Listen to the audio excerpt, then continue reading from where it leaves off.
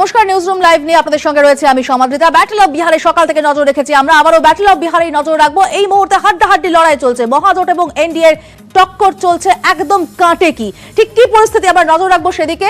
আমাদের ম্যাজিক ওয়াল যা বলছে, এখনো পর্যন্ত জেতা এবং এগোনো মিলিয়ে এনডিএ রয়েছে 124টি আসনের দোরগোড়ায়, অর্থাৎ ম্যাজিক ফিগার কিন্তু এই প্রবণতা অনুযায়ী এনডিএ ঝুলিতে ইতিমধ্যেই চলে গিয়েছে এবং মহাজোট 111টি আসনে জেতা এবং এগোনো মিলিয়ে হাতে রেখেছে। অন্যান্য দল 7টি আসন রেখেছে হাতে জেতা এবং এগোনো মিলিয়ে, এবং এলজেপি একটি আসনে জিতে গিয়েছে ইতিমধ্যে। অর্থাৎ প্রবণতা যা, তাতে কিন্তু বুঝতে পারা যাচ্ছে যে এনডিএ এই মুহূর্তে অনেকটাই এগিয়ে রয়েছে। কিন্তু 19টি আসনের ফলাফল এখনো পর্যন্ত ডিক্লেয়ার করা হয়নি এবং 12 ঘন্টা গণনা পরেও কেন ডিক্লেয়ার করা হয়নি এই বিষয়ে আমরা কথা বলবো। আমাদের সঙ্গে রয়েছেন আমাদের প্রতিনিধি সুমিত ঝা, আমরা কথা বলবো সুমিতের সঙ্গে। সুমিত রয়েছেন হায়দ্রাবাদে, আমাদের কাউন্টিং যে সেন্টারে খবরাখবর আসে যে জায়গায়, সেই জায়গা থেকে রয়েছেন, একদম সরাসরি তার কাছে চলে जाबो। सुमित जी, जानना चाहेंगे ये जो 19 सीट्स की रिजल्ट्स अभी तक नहीं आए हैं, क्यों नहीं आ रहे हैं, क्यों 19 रिजल्ट अभी तक ड्यू हो रहा है? ये बड़ा सवाल है और इसी पर दरअसल जिच फंसा हुआ है समुद्रता। दरअसल 19 सीटें, इससे पहले ये 35 सीटें का आंकड़ा था और बहुत कम मार्जिन है। कई ऐसी सीटें हैं, 4 से 5 सीटें जहां 200 वोटों का अंतर है, इसलिए वहां पर कई जगहों पर विवाद है। आरजेडी ने आरोप भी लगाया है कि कई जगहों पर जीत की घोषणा के बावजूद एनडीए उम्मीदवारों को सर्टिफिकेट दे दिया गया। कौन सी ऐसी सीटें हैं अब जो फंसी हुई है, ये हम आपको बताते हैं। ये नेटवर्क 18 का लाइव रिजल्ट हब है, जहां से बिहार की हर सीट का सबसे तेज, सबसे सटीक नतीजा और सबसे तेज रुझान हम दर्शकों तक पहुंचाते हैं। और हमारे सुनील पांडे हैं जो बता रहे हैं कि कौन सी ऐसी सीटें अब जो फंसी हुई हैं। 19 सीटें ऐसी हैं जिसमें देरी हो रही है। आखिर देरी की वजह क्या है और कौन कौन सी सीटें ऐसी हैं जहां पर कौन सी पार्टी आगे चल रही है? देखिए, अब तक सिर्फ 19 सीटें ही हैं, लगभग रिजल्ट आ ही चुका है। एनडीए को मैंडेट होता दिख रहा है, जिसमें 9 सीटें जो हैं जेडीयू के पाले की हैं और 10 सीटें आरजेडी प्लस की हैं। इनमें बहुत थोड़ा मार्जिन है, 200, 300, 400 का मार्जिन है, जिसकी वजह से चीज़ें रुकी हुई हैं। उम्मीद है कि एक आध घंटे में ये सभी क्लियर ही हो जाएगा। अब तक जो रुझान रहा है उसमें और अब तक जो नतीजे आए हैं उसमें क्या लग रहा है, कितना अंतर है? कौन ज्यादातर सीटों पर मार्जिन बहुत कम रहा है? कौन कौन सी ऐसी, कितनी संख्या में ऐसी सीटें हैं? ऐसी ज़्यादातर सीटें हैं, तकरीबन 50 की ऐसी सीटें हैं जिन पर 1000 से कम की मार्जिन में जीत हुआ है। तो इसको लेकर के कई जगह क्लेम कर दिए हैं जीते हुए कैंडिडेट, हारे हुए कैंडिडेट ने कई जगह क्लेम कर दिए कि नहीं, इसकी रिकाउंटिंग होनी चाहिए। इस वजह से 3 से 4 ऐसी सीटें हैं जिनकी काउंटिंग अब तक रुकी हुई है। जी, यहाँ से जानना चाहेंगे जिन सेंटर्स की काउंटिंग अभी तक रुकी हुई है, रुझाने नहीं आ रही है, वहां पे जो डिफरेंसेस नजर में आ रहा है, वो डिफरेंसेस कितने का है? ठीक है, ये भी सुनील पांडे बताएंगे। और जहां पर काउंटिंग रुकी हुई आप बता रहे हैं, वहां पर डिफरेंसेस कितना है, मार्जिन कितना है? क्या वो बहुत कम मार्जिन है, इसी वजह से विवाद भी है?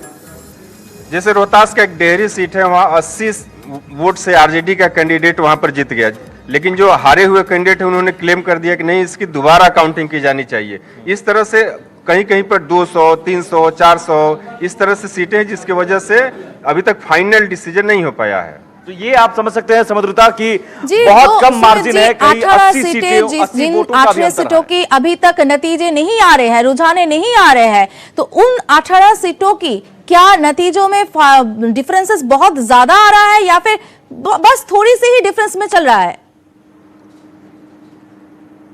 नहीं, ज्यादा असर इसलिए नहीं होगा क्योंकि अब एनडीए आगे पहुंच चुका है। 116 उसकी जीत हो चुकी है एनडीए की, और बस उसे अब जादुई आंकड़ा के लिए सिर्फ 6 सीटें चाहिए। तो ज्यादा फर्क नहीं हो सकता है अब।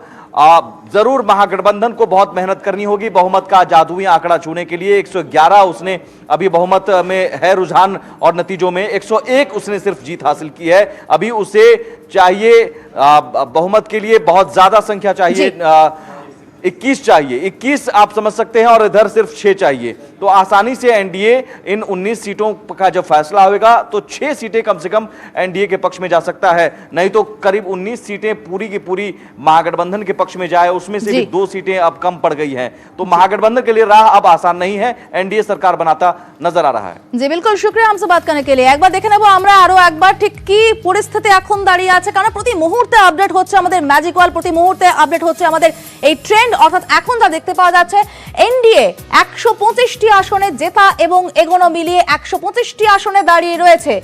মহাজোট 110টি আসনে দাঁড়িয়ে রয়েছে, অন্যান্য দল 7টি আসনে রয়েছে এবং এলজেপি 1টি আসন জিতে নিয়েছে। ব্যাটল অফ বিহারে আমাদের নজর থাকবে। ব্যাটল অফ বিহারের প্রতিটি খবর, প্রতিটি আপডেট সবার প্রথম পাবেন নিউজ 18 বাংলায়। প্রথম লক করব আমরা রেজাল্ট। এই খবরের আপডেট তো থাকবেই, পাশাপাশি আমাদের নজর রাখতে হবে আজ নন্দীগ্রাম দিবস, নন্দীগ্রামের দিকে নজর রাখতে হচ্ছে আমাদেরকে। শুভেন্দু অধিকারী আজ নন্দীগ্রামে সকালবেলা সভা করেন এবং সেই সভায় কিন্তু দেখতে পাওয়া যায় নন্দীগ্রাম জুড়ে খালি Suvendu Adhikari flakes, Suvendu Adhikari banner, mask থেকে আরম্ভ করে টি শার্ট, সবেতেই শুধু শুভেন্দু অধিকারী। মমতা বন্দ্যোপাধ্যায়ের নাম কোথাও ছিল না।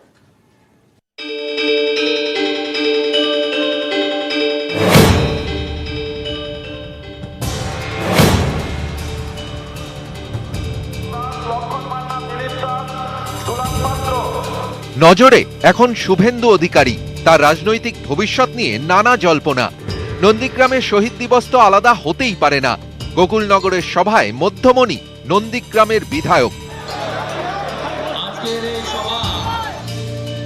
ভূমি উচ্ছেদ প্রতিরোধ কমিটির ডাকা সভা যেন শুভেন্দু অধিকারীর শক্তি দেখানোর মঞ্চ।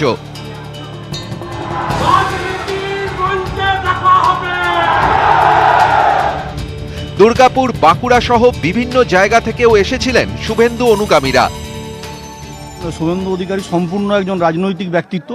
তিনি দীর্ঘ তার সংগ্রাম, দীর্ঘ তার আন্দোলনের ইতিহাস আছে। এখন যে সমস্ত ব্যক্তিরা আসছেন নন্দীগ্রাম, এদের আমরা পূর্বে দেখিনি। আমাদের কর্মীদের জোশ ফিরে পাবে, আবার অনুগামীদের নতুন করে উদ্দীপনা নিয়ে জোশ ফিরে পাবেন।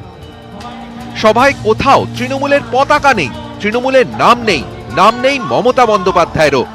সেই নন্দীগ্রামে যেখানকার আন্দোলনই মমতাকে পৌঁছে দিয়েছে ক্ষমতার কুর্সিতে, সেখানে চারিদিকে শুধুই শুভেন্দু অধিকারী। অনুগামীদের বুক, মুখ, মাথা জুড়ে শুধুই মেজদা।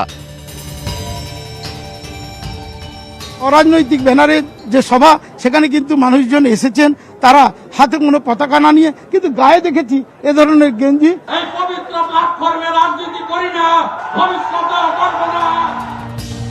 রাজনীতির কথা বলবেন না শুভেন্দু, কিন্তু তার অনুগামীদের কথায় বারবার এলো ঘর বদলের ইঙ্গিত। আমাদেরকে যা বলবেন সেই পথে আমরা চলবো এবং আগামী দিনে দাদার বার্তা অনুযায়ী আমরা এগিয়ে যাবো। ওনাকে আমি সবসময় অলওয়েজ ভালোবাসি, এটা আমার কথা। দাদার সতে আছি, দাদার মতে আছে, দাদার পথেই আছি। আমরা চলি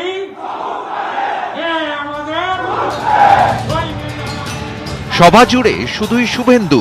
সভার শেষে শুধু বিধায়ক ফিরোজা বিবির গলায় একবার এলো মমতা বন্দ্যোপাধ্যায়ের নাম। আমাদের অভিভাবক শিশিরদা জিন্দাবাদ, শুভেন্দু অধিকারী জিন্দাবাদ, আমাদের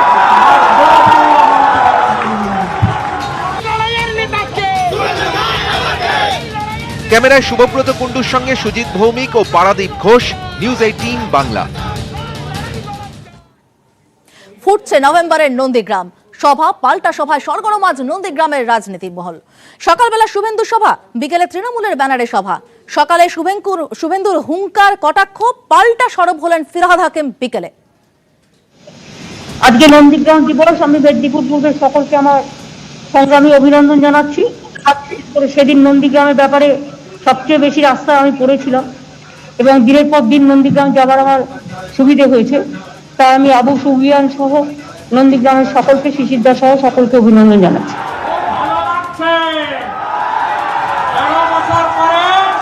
নন্দীগ্রামের কথা মনে পড়েছে, খুব ভালো লাগছে। 7ই জানুয়ারি সূর্য ওঠার আগে বন্ধুরা আসবেন তো?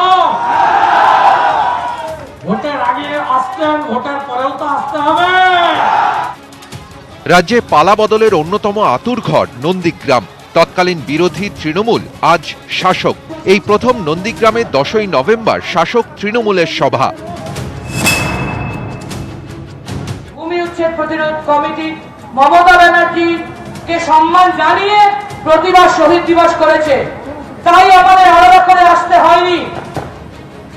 কিন্তু এবছর ভূমি উচ্ছেদ প্রতিরোধ কমিটির মিটিং এ মমতা ব্যানার্জিকে বাদ দেওয়া হয়েছে বলেই দলের পক্ষ থেকে আলাদা করে আমাদের শহীদ স্মরণে আসতে হলো। পাল্টা খোঁচা বিজেপি নেতা মুকুল রায়ের। নন্দীগ্রামে কোনোদিনও তৃণমূল মাঝ সভা করতো না, সভাটা শুভেন্দুই করত।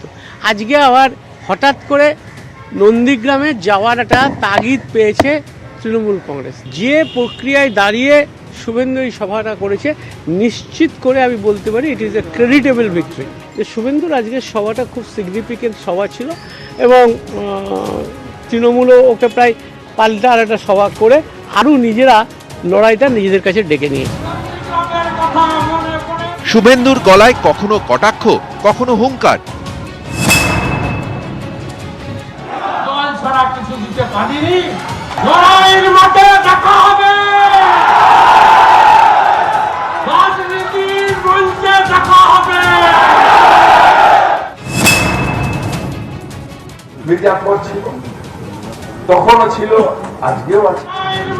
শুভেন্দু অধিকারী কি গেরুয়ার পথে? এ নিয়ে হাজারো জল্পনা, যা মঙ্গলবার আরো জোরালো হলো শুভেন্দুর কথাতেই। যারা রাজনৈতিক বিশ্লেষকরা অপেক্ষা করে আছেন শুভেন্দু অধিকারী কি করবে, হ্যাঁ, আমি রাজনৈতিক প্ল্যাটফর্ম থেকে রাজনীতির কথা বলব। আমার মত কি, পথ কি, আমার চলার পথ কোথায় স্বচ্ছন্দ, কোথায় গর্তে ভরা, কোথায় আমি হোঁচট খাচ্ছি, কোন রাস্তা দিয়ে হাঁটলে আমি সহজে স্বাভাবিক রাস্তায় হাঁটতে পারবো, সেটা তো রাজনৈতিক প্ল্যাটফর্মে বলবো, এই প্ল্যাটফর্মে আমি বলবো না। এই পবিত্র প্ল্যাটফর্মে রাজনীতি করি না, ভবিষ্যতে করবো না। আজকে মমতা ব্যানার্জির বিরোধিতা করা অর্থাৎ বিজেপির হাত শক্ত করা, এটা আজকে প্রমাণ হয়ে গেছে। 21শে বাংলায় ভোট, তার আগে এভাবেই ফুটছে নন্দীগ্রাম। সভা পাল্টা সভায় সরগরম। নন্দীগ্রাম থেকে শুভব্রত কুণ্ডুর সঙ্গে সুজিত ভৌমিক ও পারাদীপ ঘোষ, নিউজ 18 বাংলা। তপসিয়া রোডে ঝুপড়িতে বিধ্বংসী আগুন। 20টি ইঞ্জিনের চেষ্টায়, দমকলে 20টি ইঞ্জিনের চেষ্টায় আগুন নিয়ন্ত্রণে আসে এবং মুখ্যমন্ত্রীও যান পরিদর্শনে। গোডাউন ছিল একটা ওই ঝুপড়িগুলির পাশে এবং সেই গোডাউনে মজুত রাসায়নিক থেকে আগুন দ্রুত ছড়ায়। মুখ্যমন্ত্রী পুরসভাকে ত্রাণের নির্দেশ দিয়েছেন।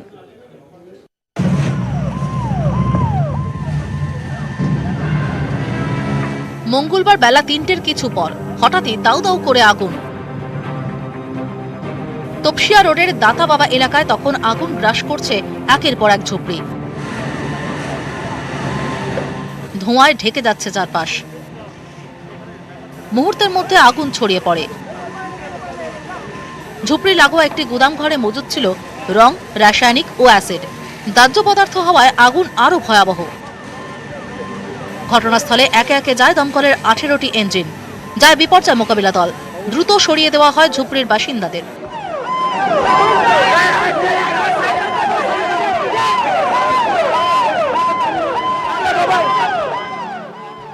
ঘটনাস্থলে যান মুখ্যমন্ত্রী। 65টা 70টা বাড়ি ড্যামেজ হয়েছে, আর যতক্ষণ বাড়ি না হচ্ছে তো রিলিফ মেটেরিয়াল যা যা যা দিয়ে নাও সব।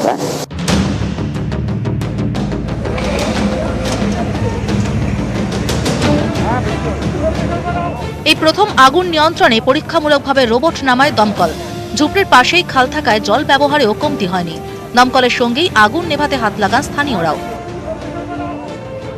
সমস্ত বস্তিতে দাহ্য পদার্থ ছিল না, কেউ আটকে নেই। ইনকোয়ারি হবে, তখন দেখা যাবে যারা দোষী